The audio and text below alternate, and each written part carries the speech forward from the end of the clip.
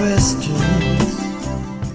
Welcome, Yamhill County, to Speaking Frankly. I'm your host, Howie Harkema, and our tagline is, "And how we doing?" Well, we're doing great. It's beautiful outside. I have a great guest, Ramsey McPhillips, who's going to talk about the Stop the Dump Coalition and things that are happening with the Stop the Dump. So, Ramsey, welcome again to Speaking Frankly. Thanks for having me. It's nice to have you with us. We'll do the COVID salute here. Yeah. So, Ramsey, you've been dealing with this issue for a long, long time. How long has it been now that you've been involved? So the first meeting that I went to was in 1991. Wow. Yep. So and it was a meeting at Metro, and I was asked to leave.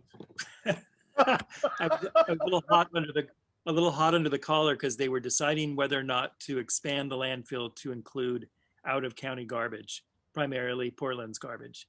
And I just assumed that if I spoke eloquently and told them, that we didn't want them and save the river and all those things, that they would of course listen to me. I was very naive, and they just smiled at me and hit the gavel, and here came the garbage. And I apparently let off a little steam and was politely asked to leave the chamber. So I since have picked up my my bedside manner in public a little better. So I can't imagine that of you. You're pretty front forward. It only happened once. But it did happen. So with the recent LUBA, which is Land Use Board of Appeals denial to waste management for the expansion that was written in an article by the News Register in April at Riverbend Landfill, would you give us a short synopsis or overview of where we're at with the Stop the Dump and wearing your Stop the Dump Coalition hat? Yeah, well, so the legal situation is sort of complicated, but sort of not. So what happened is the landfill was winning in the courts on their ability to expand the landfill, saying that they could do that, and they said we're not infringing on the farmers, the surrounding farmers, the compatibility with surrounding farm use. And we said no, they were.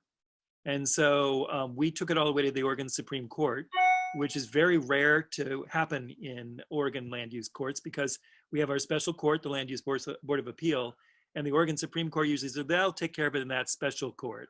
But in order to do a land use in the Supreme Court, they take very, very few land use court cases. And so we're very excited they took ours.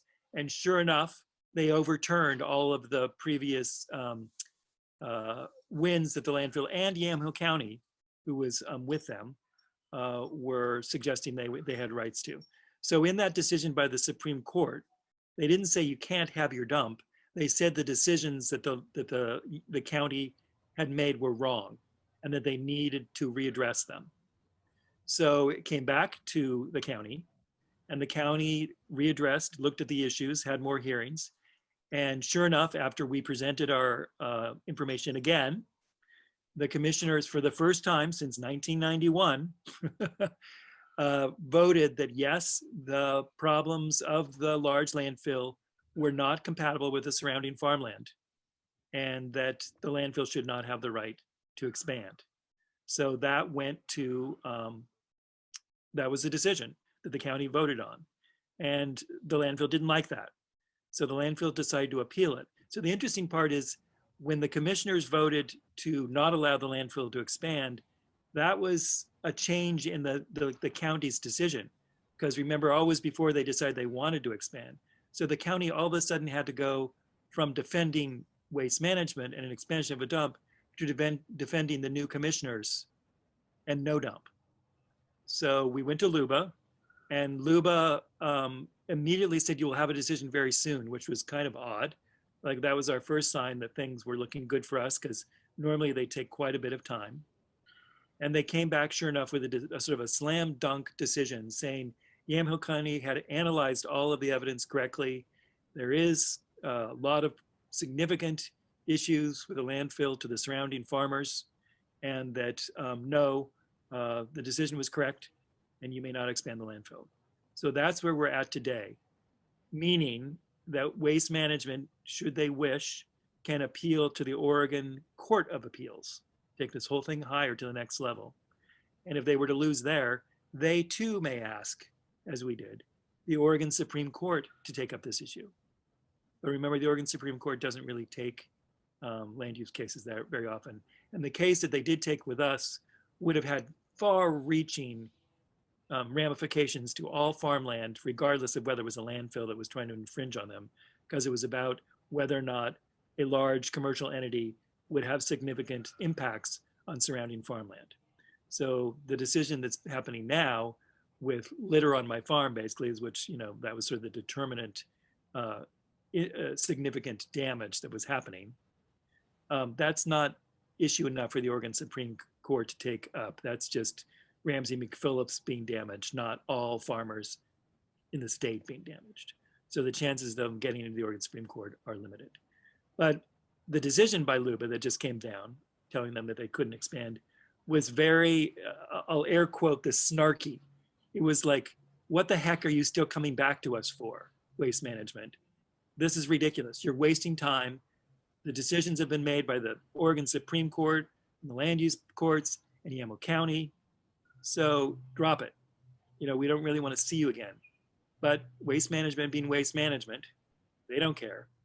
They're just going to, we assume, appeal.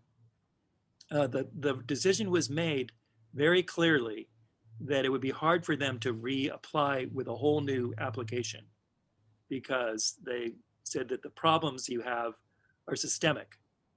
There is no way that you can correct them, i.e. there's no way you can have that big of a large of a landfill and not have impacts on the surrounding farmers. Sure. So, we think that they probably will appeal to stall time. We don't really know what they're doing, but the interesting thing is their spokesperson, Jackie Lang, in the regional paper, in the local paper, said, oh, it doesn't matter anyway. We have 20 years worth of expansion left on the existing footprint, which is a head scratcher. So if they have 20 years left, why are they asking to expand? Right? Right. It doesn't make sense. And she contradicted many of their other statements throughout the hearing process as to the amount of space they have left. And as we all know, McMinnville no longer uses the landfill. Portland Metro, the 1.2 million people, no longer use the landfill. Newburgh no longer uses the landfill. And the price of garbage has not dramatically gone up. And in fact, in Metro, it went down for the time being, right after they decided to exit the use of the landfill. And they decided not to use the landfill because of environmental problems. Yes. So in that article in the News Register, Waste Management spokesperson Jackie Lang talked about access options. What does that mean? Access options. I don't even. What's an? I assume that it means that they can take it to higher courts. Yeah, I mean, they like anyone, they can take it to the Court of Appeals. If they didn't like, they lost, and so they have the right to ask the courts to readdress the issues. There can be no evidence; they'll just take the same evidence, the same decisions by LUBA, and roll the dice. They're the 200th biggest corporation in the world. Ramsey McPhillips is not. So they have all the money and lawyers in the world just to, throw it in there. And, Howie, the most expensive thing a landfill can do is close. Right. They have to stay functioning with all their gas wells and leachate and all the, but they're not getting any revenue. So it's very, it's not a dump does not want to close. That's when the money really starts, the graph goes down, shall we say. The bell curve starts to go down. So the landfill expansion, according to LUBA, interferes with farm practices, and Waste Management alleviation of litter is not viable. You know that it's viable because you have litter on your farm all of the time. Let's talk about that. Well, so there's many ways that litter ends up on my farm from the landfill. It blows on just directly from the landfill. they put up a giant fence, like one of those golf course sort of driving range things. Well, that didn't work. It still billows up in these sort of whirlwinds up over the fence. The air currents and the weather comes my way, so it all blows onto my farm. Then also every time it floods, which we had the fifth largest, highest flooding in history this year, all of the garbage that's all on their property wicks up. Then when the river recedes, comes back down and just carpets my property because I'm all underwater as well. It just sits on my property. And then of course the third is I'm the pinch point right next to the landfill of all of the traffic coming in with garbage. So it's blowing off all of the trucks. And when Highway 18 went in, it bifurcated my property. The old highway was on one side and they wanted to cut it off. So I have farming on both sides. So Right. both sides, I have grass seed farms. And when these plastic bags, by and large, or McDonald's wrappers or whatever that's blowing off of these things, diapers, whatever, if they sit on my field and start to deteriorate, that becomes the soil. Plus, when we bale our hay, which is the most important time, we lose money. The person who leases my big grass fields sends his giant bales off to Asia, and they open up a bale and there's a plastic bag in there. They're apt to say, we don't want your hay anymore, or they at least don't get paid for it. And that happens quite a bit. So we have to, it's labor intensive, have to go out in the fields and make sure that these pieces of plastic that are blowing around don't embed in the soil long enough to become, permanent. We have to catch them. So it's not like we can go down one year and go get the plastic. The sun makes those things start to, particulate really quickly, and we have to pick them up. So there is no way with this much garbage and that big a facility, that tall. How big is it now, Ramsey? It's 285 feet from the bottom of the floodplain where they started. Yeah. So I think it's like 180 feet above Highway 18. So and they, it's presently 98 acres. They want to add another 27. Right. And the same height. What about the bladder leaching? So there is no bladder in the original landfill. All they did was dig a hole, put in some clay, improperly impacted. In fact, the engineer company that was doing that work quit because they didn't do it. And he put a letter into a legal sort of escrow saying, if this leaks, I don't want to be responsible for it because they didn't do it correctly, right? So, and sure enough, it is leaking. You can go on the DEQ website and see the wells that are leaking, the test wells showing, heavy metals and toxins. And mind you, it's 18 feet below the water table. They dug down into the water table. So it's sitting in the water table.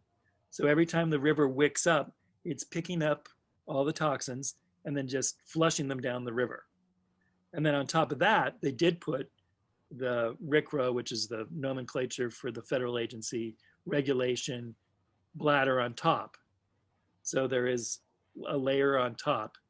But the problem is, the community, I'm sure you've heard, is that the EPA has been investigating Riverbend for the last 5 years, and has the last year issued a very serious notice of violation for all of the leaking methane and gas that's coming off that landfill. Right. If you look at all the other landfills in the United States, there is no landfill with worse violations for the Clean Air Act. It's outrageous. And so it's ongoing. They have not been able to fix it. And it's one of the reasons the landfill is so smelly.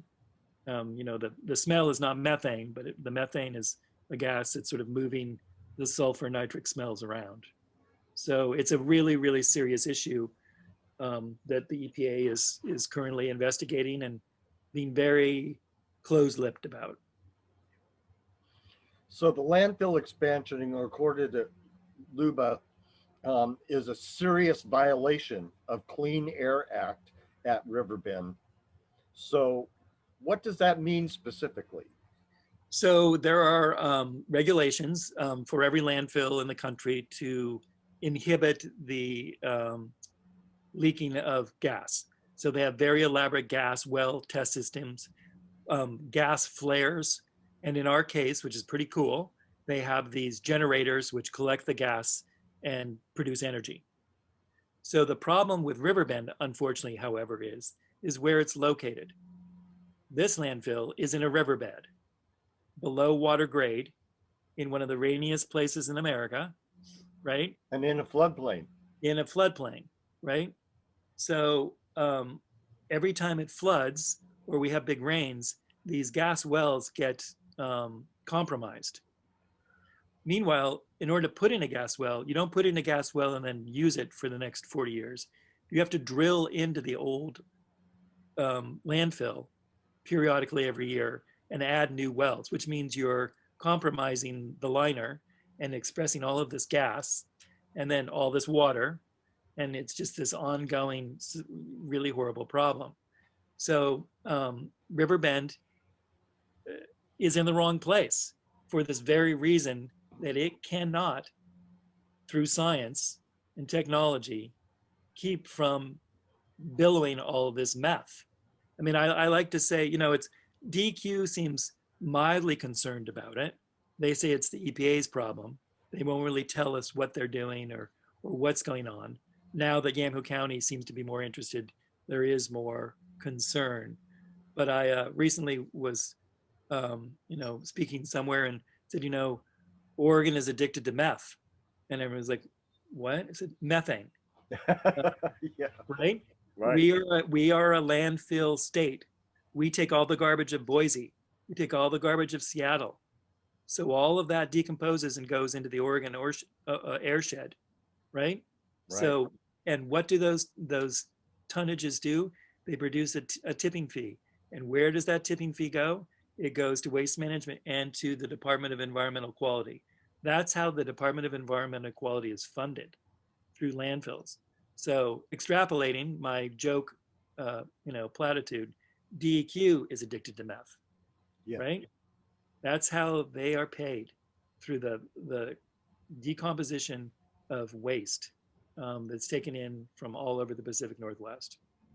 Well, we talk a lot about global warming or climate change, and CO2 is a bad gas, but methane is worse. Much worse. So out of the 30 largest polluters of methane in Oregon, 7 of them are landfills. And Oregon is currently going through a climate action plan in order to inhibit these point sources. And landfills are, in there, but they're debating whether or not to include them fully. Really? It's because they are considered a necessary utility. There's all these other federal regulations.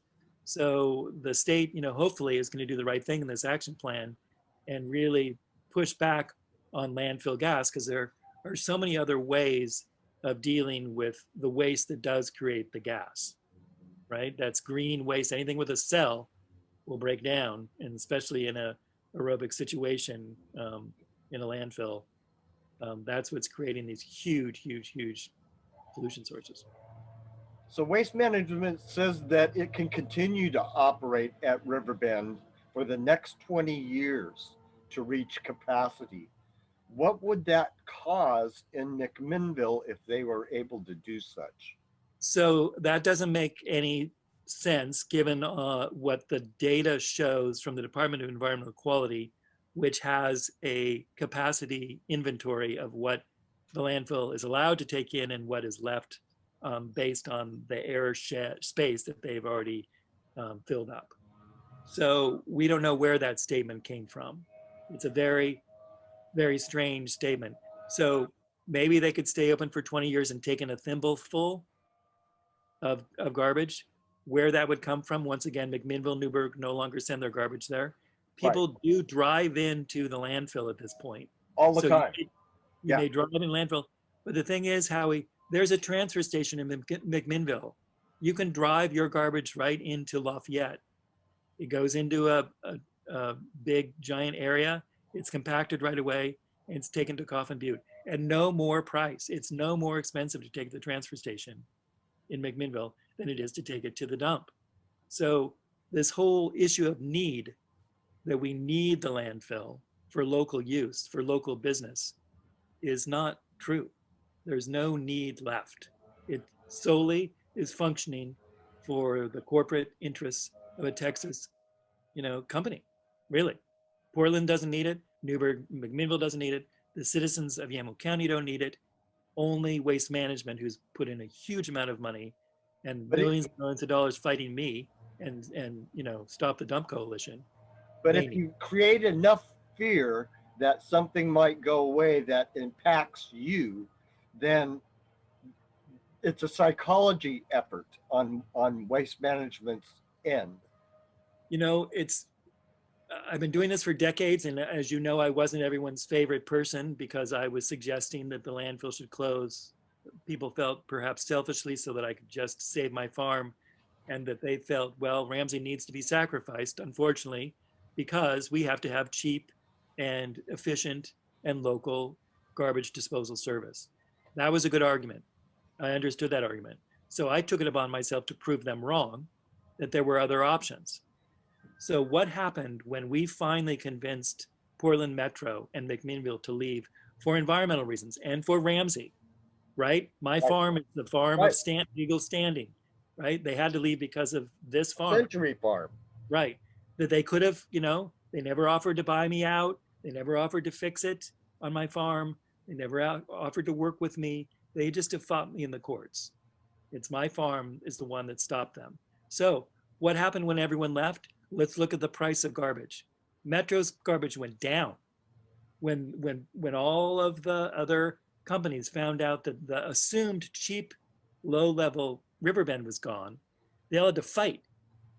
It had been a monopoly. All of a sudden, there was competition, and when they fought for that garbage, Waste Management wasn't about to lose it, so they bid below Riverbend to now take the garbage way up into the gorge where it does not have these environmental concern problems. It's not raining, there are not farmers next door, et cetera, et cetera. I mean, I joked, I asked Metro for a new tractor because I felt that I had just lowered the garbage rates of 1.2 million people. You deserve that tractor They after didn't all think these that was years. very funny. I didn't get very far with that. And then, of course, they raised the garbage right away. They have all sorts of fees and things that went on. So it was a short blip where I got to say, I told you so, but I did. And then McMinnville, of course, decided to leave. And the hauler, Recology, said that we need to raise your garbage rates a little bit, 10%. So the garbage did go up 10%. Newburgh left. And why did Newburgh left? I love this part. Newburgh was asked to leave by Waste Management because they said there was no room. So if there's 20 years worth of garbage space left, why did Waste Management ask Newburgh not to go there anymore? And when they did ask Newburgh to not go in there anymore, I said, well, since we're asking you not to use the local landfill, we don't feel it fair to increase your garbage rates. So we will take your garbage to our competitor, Coffin Butte, which is like 30 miles away, not raise your garbage rates to save the capacity left to fight Ramsey in the next 2 or 3 years. Well, those 2 or 3 years are up. And now they're claiming, oh, that was all just something else. Now we have 20 years still left. So why aren't they bringing Newburgh's garbage then, right? At less money if it's closer. They're not doing it. So it's just a complete, I guess my point is people are beginning to understand the weird card game that Waste Management is playing here. When you just look at the facts, look at the economy of scale, look at the price of garbage, look at the real contracts that have happened since they've been closed or limited in their capacity, look at, do people want to send their garbage to a landfill that's under EPA scrutiny for violations? It's $39,000 a day if they should be, finally fined. There's finally a fine slip. They've had 5 years to fix it. So people are starting to turn. So I still don't think I'm everyone's favorite, but at least I'm maybe not so reviled as I was when I was first screaming around here that they needed to save the river and my farm and how outrageous it was. Now I get to say, I haven't raised your garbage rates except for a little tiny bit in McMinnville. There's places for the garbage to go. This is totally unnecessary. Economy has shown it.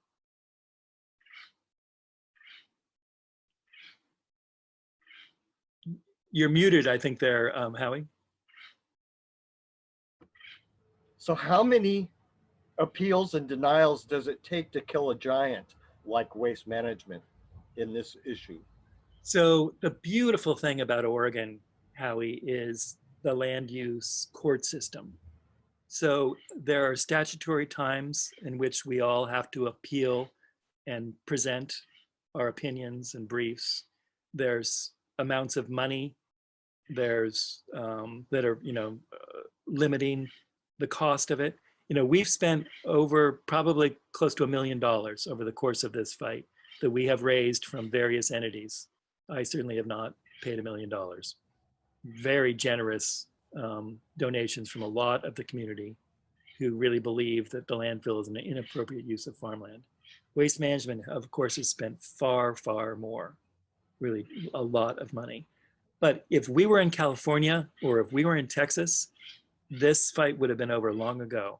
They would have been able to use their corporate coffers to take us through the regular land use system with huge delays, with appeals that were so frivolous, so costly, perhaps with the same results, but it would have been exponentially more expensive. Yes. So Oregon was wise when they made these very strict land use laws to form a very separate land use court. In fact, they're not called judges, they're called referees. So when you go to Luba, you are not in front of judges, you are in front of referees. And they change, right? They're not just the same old Supreme Court guys that have been there for life. Right. It actually has a lot of women in their court, so it's great. But so to answer your question, we can afford to keep this going. Certainly Waste Management can. But there comes a point, really, as Luba noted in its last ruling, ever so subtly, that this has got to end because it's a waste of time, right? The decisions have been made. There are other options for the garbage to go. We're in a climate crisis. This is the main source of methane leaking west of the Cascades, on the northern coast, right? Yep. It's crazy. And it's 31 years you've been at this, trying to get this action to stop. Right. And I don't think they thought, I sort of have a Columbo thing going on, that old actor with the trench coat and the glass eye who didn't really know the hell he was talking about. And then at the end of the show, they found the murderer. Well, I'm the Columbo of Yamhill County. I'm still bumbling around, acting like I'm kind of daffy, but I'm paying attention, and so are the people of the coalition. Ilsa Purse, Susan Watkins, Sid Friedman, the list goes on. And they are so savvy. I am the unhinged front person who people sort of, associate with this fight. But truth be told, the intellectual, hard nose, paying attention, legal, eagles are that crowd who have stuck with it. And it's become a life mission, right? Waste Management has dumps all over the world. Jackie Lane does not live in Yamhill County, their representative. She doesn't even come here anymore. They are no longer giving donations that I can tell, to nonprofits or coming to the Chamber of Commerce meetings. I started Zero Waste McMinnville, and I put out the olive leaf and said, let's put the landfill aside. This isn't about the landfill. It's about the bigger community of trying to reduce waste, which you're in the business you claim of doing. And I was told, I'm sorry, Ramsey, because of McMinnville leaving the landfill, we've been told that we cannot officially have any contact with you or the city. Really? Yeah, so they didn't want to join our nonprofit or our efforts to reduce waste in McMinnville. So people are tired of them and don't need them. So there's got to be a time when they just, probably someone in their corporate offices in Dallas, Texas, or Houston, and their stockholders said, what are we doing with this strange, weird, to them, tiny landfill in Oregon that's costing us all this money? It could be a badge of honor scenario where they just don't want to be seen beat. But what they've got to understand is the only reason that they're losing here is because of Oregon's land use system, Sure. right? Yep. It's not me. It's the system which was set up to prevent large landfills or corporations or big industrial presences from destroying farmland. Yep. We're unique. We have a system and the system is working. They need to finally just pack up and take their business to their other landfill. I only have one farm. We only have one river. Waste Management has another very large landfill up in the gorge, which they're hundreds of years of capacity, literally. Yeah. That they can use, that anyone can use. And they should. It is not cost prohibitive. So what happens next? We wait. We assume Waste Management isn't going to give up. They've stated as much in the paper. They feel they're a great community partner. I don't know who they're partnering with right now. They're not partnering with our two big cities.